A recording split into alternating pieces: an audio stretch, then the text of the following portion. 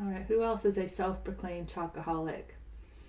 Maybe you saw the February issue of Consumer Reports where they talked about finding heavy metals like lead, for example, in dark chocolate. Like other things, there's so many things in the world. Even organic foods aren't fully organic if they didn't start from organic seed, and some are labeled organic that are not fully.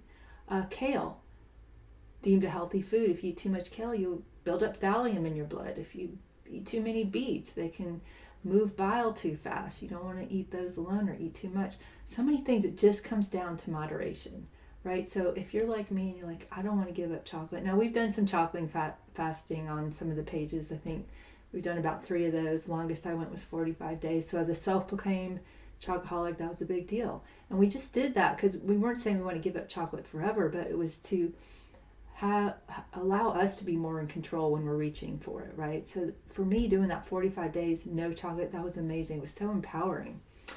I've shown that one of my favorite is Lily's, right? And that was on the list. Yeah, they found heavy metals, but I love Lily's because it's sugar-free. They really cracked the code on stevia chocolate, 0 gram sugar. These are the coated pieces. The baking chips, the bars are a little less in price than these. For some reason, the coated pieces are more. But I love these because they're sugar free. And yeah, you can get the white chocolate chip, and that wouldn't have the heavy metals. But again, it comes down to moderation, right? A lot of people aren't going to give something up just because they read an article. Other people are going to get mad. Got mad at me when I talked about this back in January. Like, don't get mad, just use moderation, right? Are you one of those people that if you haven't had chocolate by the end of the day, you're like, what's missing? And you're like, oh, I just need a piece of chocolate. And usually for me, like a lot of you, it's in the form of a healthier dark chocolate, but sometimes it's any chocolate, right? So I love the Lily's brand.